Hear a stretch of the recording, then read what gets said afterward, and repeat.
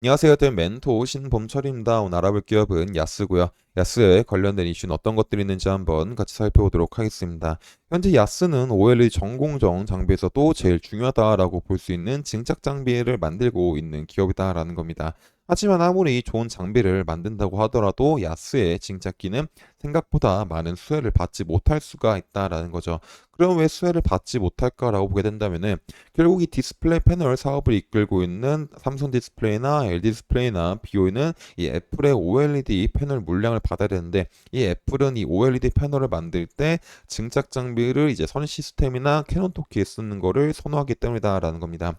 결국에 LG 디스플레이나 삼성 디스플레이나 BOE는 이 애플의 조건을 맞춰주기 위해서는 야스의 증착기보다는 이 캐논 토키와 선 시스템에 대한 증착기를 쓸 수밖에 없다라는 거죠.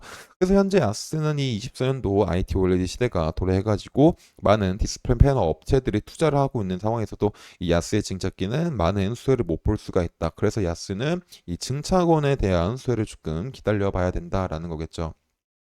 그리고 또 다른 하나는 이제 대형 OLED 패널에 대한 투자 수혜를 기다릴 것 같습니다. 근데 현재 야스 같은 경우는 이 대형 OLED 쪽에서도 수혜를 받지 못할 수가 있는 상황이다라는 거죠. 그럼 왜 받지 못할까라고 보게 된다면 일단 이 대형 OLED에 관련된 이슈를 한번 같이 살펴보도록 하겠습니다. 일단 이 대형 OLED, LG 디스플레이, 삼성 디스플레이 투자 가능성이 없다라는 거죠. 그래서 이 기사를 살펴보게 된다면은 올해 LG 디스플레이와 삼성 디스플레이가 TV용 유기 발광 다이오드 패널에 투자할 가능성이 사실상 전무한 것으로 파악됐다. OLED 시장부터가 이미 포화 상태다 보니 투자 계획을 세우지 못한 결과라는 게 업계 분석이다라는 겁니다. 이제 이 기사가 사실 3월 달에 나오긴 했는데 전혀 뭐 새롭거나 예상하지 못할 만한 기사는 아니다라는 거죠. 그럼 왜 예상하지 못할 거나 새롭다라는 느낌을 받지 못하게 되냐면 일단 이 대형 OLED TV 패널에서 선두를 달리고 있는 LG 디스플레이를 보게 된다면은 LG 디스플레이는 이 대형 OLED 패널을 연간 900에서 약 1000만 대 정도를 출하할 수가 있다라는 겁니다. 근데 이 900에서 1000만 정도를 출하할 수 있음에도 불구하고 가장 많이 출하했을 21년도에도 770만 대 정도밖에 되지 않았다라는 거죠. 그리고 최근인 2023년도도 약 400만 대가 조금 넘는 수치로 풀케파의 절반 정도도 가동 출하가 되지 못했다라는 겁니다. 그래서 이제 LG 디스플레이가 굳이 풀케파도 돌리지 못하고 있는 상황이고 또 재무에 대한 건전성도 굉장히 악화돼 가지고 자금에 굉장히 쪼달리고 있는 상황에서 무리하게 대형 쪽에 투자할 거는 아니었다라고 보면 될 것 같습니다. 그리고 2024년도에도 이 대형 OLED 패널 출하가 전년도보다는 소폭 증가해서 690만 대 정도가 출하가 될 전망이긴 하지만은 여전히 풀케파의 6에서 70% 수준이기 때문에 굳이 LG 디스플레이가 이제 투자를 할 필요가 없다라는 거죠. 그래서 야스 같은 경우는 LG 디스플레이가 이 OLED TV 패널의 신규 시설이나 공장 증설에 투자하지 않을 예정이기 때문에 이제 이 야스의 대형 증착기 부분이 이제 수혜를 보기에는 조금 힘들다라고 볼 수가 있을 것 같습니다.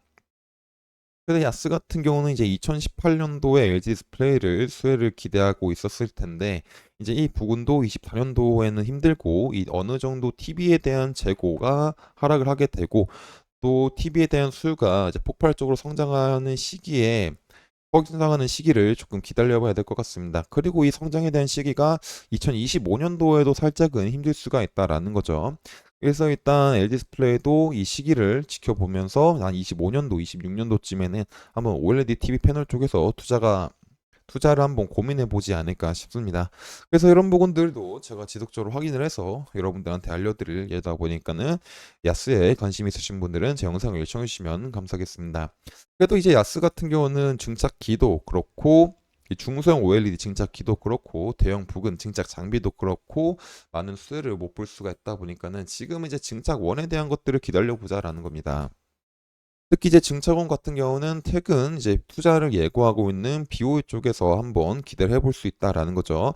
특히 이제 야스 같은 경우는 BOE의 증착 장비 수혜를 받았었던 기업이다 보니까 이제 BOE가 이 OLED 시설을 투자할 때 야스의 증착원을 쓰지 않을까라고 기대를 해볼 수 있을 것 같습니다. 그리고 이제 BOE 같은 경우는 이 OLED 라인에 대해서 이제 뚜렷하게 어떤 스탠스가 없었다가 최근에 이 기공식을 열면서 24년도에 BOE가 앞으로 이 8.6세대 OLED 라인에 이제 투자를 시작했구나라는 것들을 이제 점점 가시화가 되고 있는 상황이기 때문에 이 시점에 맞춰서 야스의 증차권 수혜를 한번 지속적으로 살펴봐야 될 것 같습니다. 만약에 이제 야스가 이제 BOE가 야스의 증차권을 사용한다라고 했었을 때는 시기적으로 24년도 하반기쯤이 하지 않을까 싶습니다. 그래서 이런 부분들이 실제로 일어날지도 제가 지속적으로 확인해 보도록 하겠습니다. 그래서 야스에 관심 있으신 분들은 제 영상을 시청해 주시면 감사하겠습니다. 야스에 대한 주가를 한번 같이 살펴보도록 하겠습니다.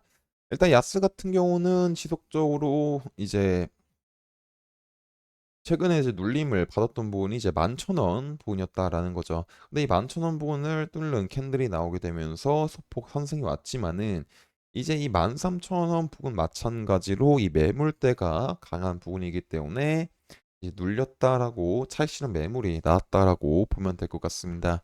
결국 이 차익 실현 매물이 나오게 되면서 단기 이평선들인 5평선과 10평선이 하방으로 돌아갔다라는 거죠. 그리고 이 모습을 이제 일봉에서 조금 더 자세하게 보게 된다면은 이제 이 13,000원 부근에서 급격한 하락으로 해서 단기 이평선들이 하락을 했고 20평선도 급격하게 하락을 하게 되면서 60평선과 데드크로스가 일어났다라는 거죠. 그래서 얘가 추가적인 반등한다고 하더라도 이 20평선과 60평선의 데드크로스가 난 지점은 강한 매물대 부분이다 보니까는 여기를 쉽사리 이제 돌파하지 못할 수가 있다라고 볼 수가 있을 것 같습니다. 그래서 지금 당장은 관망을 하다가 얘가 이 반등이 왔을 때 이 11,000원 부근을 강하게 돌파하는지 확인해 보고 이 11,000원 부근에서 바닥을 잘 다지는지 확인한 다음에 이제 반등이 나올지 안 나올지를 살펴보는 게 좋을 것 같습니다. 반대로 이제 이 11,000원 부근까지 상승했다가 다시 눌림이 나왔을 때 이 바닥을 만드는 과정에서 이 10,000원 부분이 이탈하게 되고 최종적으로 9,500원 부분이 이탈하게 된다면 어느 정도 하방에 대한 리스크 감소는 필요하지 않을까 싶습니다. 결국에 이제 라스 같은 경우는 이제 단기 추세도 하락으로 돌아섰기 때문에 지금 당장 큰 상승은 기대하기 힘들다 보니까는 약간 관망하는 흐름을 생각해 보면 좋지 않을까 싶습니다. 그래서 이런 부분들도 제가 지속적으로 확인해 보도록 하겠습니다. 그래서 종합을 하자면 야스 같은 경우는 이 증착기 부분에서는 이제 LG나 BOE나 삼성의 수혜를 기대하기 힘들고 이제 야스는 이제 증착원에 야스는 이제 증착원이 쓰일지 말지를 지속적으로 체크해 봐야 된다라는 겁니다. 그리고 이 대형 부분에 대해서도 삼성과 LG의 투자가 전무할 수가 있는 24년이다 보니까는 이 대형 부분 쪽에서도 이제 매출을 올리기가 쉽지 않다라는 겁니다. 그 야스 같은 경우는 24년도에 생각보다 이제 많은 매출액을 못 올릴 수가 있다라는 거죠.